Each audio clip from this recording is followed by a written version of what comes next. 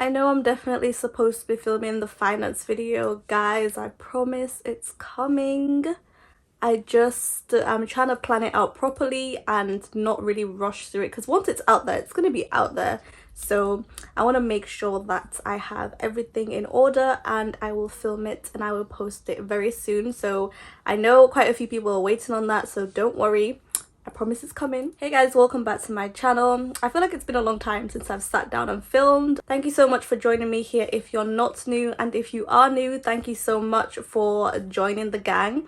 I mean, guys, we've passed 1,000 subscribers. Like, in the grand scheme of things, 1,000 may not seem a lot, especially on YouTube, but like, just thinking of what, I can't even imagine 1,000 people in my head. So thank you so much to everyone who has subscribed, who has watched my videos, who has liked, shared, commented and subscribed. I really appreciate you guys. I'm gonna try my best to keep being consistent for you guys, because I'm sure you've not subscribed for nothing. So yeah, thank you so much, guys. So moving on to the actual topic of today's video, I wanted to talk about press-on nail sizing charts, nail shapes, all of that, because I know for me that was something I had to learn in the beginning. Like, it was all brand new information to me, and I learned along the way through my mistakes. So I hope that the information in this video may help you if you're starting a press-on nail business and you're not really sure about how the whole sizing thing works, nail shapes, sizing charts, all of that. Okay, so first up, I'm going to talk about nail shapes. So wherever you buy your nail tips from, you can obviously get a variety of different shapes, sizes, lengths. Now, if you're just starting out your press-on nail business, you don't need to buy a whole bunch of different nail shapes. You can just get a few here and there, like the ballerina shapes, square shapes, oval shapes, whatever it may be. Just 2 or 3 different shapes just to start off and showcase your designs, because if you're trying to be affordable in the beginning, it's not really worth it buying a whole bunch of things when you have other supplies to be spending your money on. So the first shapes that I got were literally just ballerina. Like, that was all I was showcasing, was the ballerina shapes. Oh, and by the way, I will touch on the differences between ballerina and coffin shape in another bit that I'll add on. But yeah, I just got a pack of ballerina nails and I did all my designs on that, all my promotional designs, just to showcase the kind of designs that I was able to do and to post on my Instagram. But even as of right now, like, I don't have a huge shape range. It's actually pretty simple. I have like 5 shapes. I have ballerina, stiletto, almond, coffin shape, and I have a square shape. So 5 shapes, and I have those in various lengths, so small, medium and long. And I'll insert a clip of me making my shape guide, because honestly, this was so long overdue. Like, me making a shape guide was so long overdue, but today I did it. Today I did the one thing that I should have done right at the beginning of my press-on nail business journey, and that is making my shape guide. And the reason I'm making the nail shape guide today is because I realized, like, everyone has different names for different nail shapes. For example, the long coffin and the long ballerina shape, like, people use those terms interchangeably, but then whenever I Google like the nail shapes, or I go to buy a coffin shape, it's different to the ballerina shape. So yeah, it's good to have labels for your particular press-on nail business as to what the nail shapes are, because everyone has different terms for them, and you don't want customers buying a ballerina shape thinking they'll get a coffin shape, or a coffin shape and thinking they'll get a ballerina shape. Okay, so here I'm going to show you how I hand make the smaller sizes. So I'm going to make a medium almond shape, a short square shape and a medium square shape. And as you can see, I've just with a Sharpie marked down where I want them to be cut. So yeah, let's get started. So I'm just going to take some basic nail cutters and cut just above where I made the marking.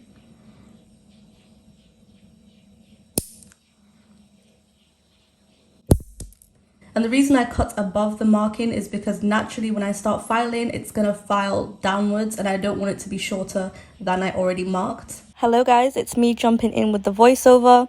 So basically I am just filing up until the dot or close to it, and I'm going to try as best as possible to make it a square shape. And then once that's done, I'm going to change from the file to the buffer to create a smooth edge. With the medium almond one, it's obviously a more pointed almondy shape, so I'm going to cut diagonally on the 2 sides.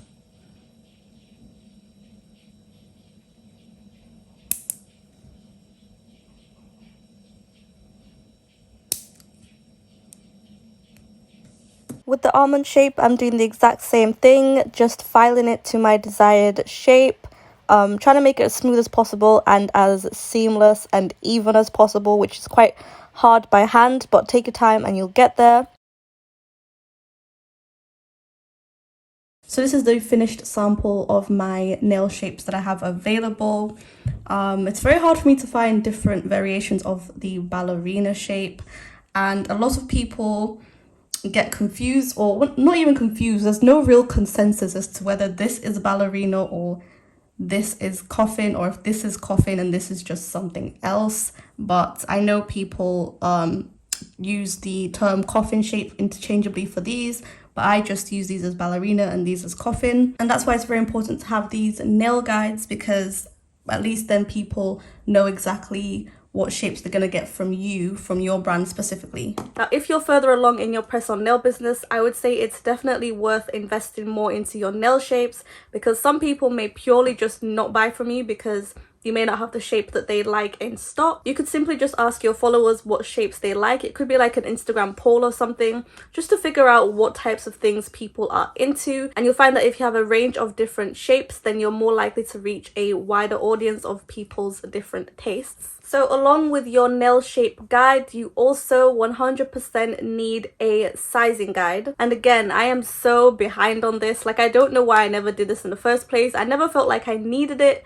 because I just felt like, oh, if you're ordering press-on nails, you already kind of know. But that's not the truth. Like, some people will come to your page and not know what the different sizes are and what the standard sizes are. So for my sizing chart, I literally just made it on Microsoft PowerPoint. Like, I changed the background and added in a little table with small, medium, large, and the different standard sizes on. Like, mine was really that simple. Like, I'll try and insert a clip of my sizing chart. I literally just went on Google and looked at the common standard nail sizing. So if you go on Google and just literally type in press-on nail business sizing charts, a bunch will come up, like a bunch of examples from other press-on nail businesses, and just look for the common sizes that you're happy with and use that as a guide to making your own. Now, obviously, me making mine on PowerPoint was very last minute because I didn't know any other way to make it.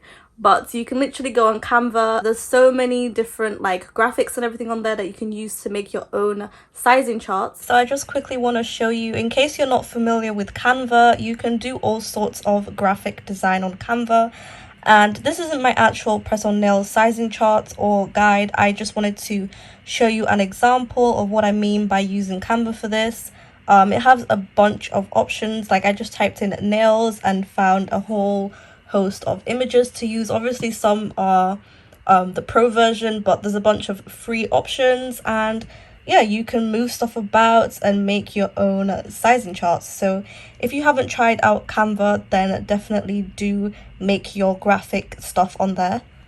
I'm still yet to make one on Canva. Like, it's been way long overdue for me to make a sizing chart. Now, one thing I will touch on with regards to sizing is be careful with if you buy a pack of 600 or a pack of 500 nail tips. So I'll insert a clip with me explaining what I mean in more detail. So I'm going to show you what I mean by the 500 piece versus the 600 piece set of nail tips. So these obviously are numbered 1 to 9, which is the standard. 0, 1, 2, 3, 4, 5, 6, 7, 8, 9, and these are the standard nail tip sizes. But then you get tips like these, which go from 1 to 10, and then they have 2 digits of the same. Sometimes it can be 2 digits of 5 or 6 or whatever it may be. I don't know why they do it like this. It's so annoying. And I know these are the same because I measured them out myself. And this is the reason you will always see me emphasizing getting a soft tape measurer to measure out the nails yourself, because the sizing can get very weird and you don't want to have after sale problems with people finding that their size are not fitting them, because the different standard sizes that you have for the nail tips are just different. So I'm gonna quickly show you how I measure the nails. So just taking a random nail, I place the tape measurer inside and kind of on the widest part of the nail. I will just look at what that says, and that is 14, 14 millimeters. And don't worry about these extra numbers, just count the notches on there. That is equal to 14 millimeters. Okay, so the last thing I want to touch on is sizing kits. Some customers actually prefer to manually size their nails, and that's what press-on nail sizing kits are for. So I would say with this one, it's really down to you and the trade-off you want to give, like whether it's the cost or it's the convenience, like cost of convenience. So if you are going to send out press-on nail sizing kits, it's basically just you sending out 20 nails in the same shape or whatever shape your customer may want, and they can try on the nails at home and see which nails fit them best. Now for you as a business owner, that means more expenses. Like you just sending out one extra parcel is an extra expense. Obviously they would pay for it, but depending on what price tag you put on your sizing kits, not everyone is going to want to spend a lot on a simple sizing kit, because after all, they still have to pay for the actual press-on nails themselves. I actually was going to do sizing kits, but then I was like, the cons kind of outweigh the benefits for me personally and my business. Like I already hand measure my nail tips, so I'm quite confident in my sizing and measurements and everything, and I didn't really want the hassle of sending out multiple packages, and also it delays the whole process of actually making the nails and sending them as well. But there are still benefits to having sizing kits. But for your customer, that means that they get an accurate measurement, they know exactly what nails are going to fit them, and they just let you know whether it's a 5, a 4, a 6, an 8, whatever it may be. They can just let you know, and you know exactly what their size is. And once a customer knows their size, it's obviously convenient for them because they don't have to keep measuring their nails. So having a sizing kit means it's just overall less work for you and more convenient for your customer. But obviously that goes back to my previous point of do the cost benefit analysis. Is it cost over convenience? Or do whatever is suitable for your business. I can't really tell you what's right or wrong. I'm just doing what's right for me and my business and what I prefer to do. So I think I've covered everything I wanted to today in terms of sizing charts and nail shapes and measuring and everything. But of course, if there's anything I've missed out, or if you have any more questions, then do let me know. But yeah guys, thank you so much for watching. Thank you so much for your support, guys. I really feel the love, so I really appreciate you guys. And yeah, I will see you in my next video. Bye.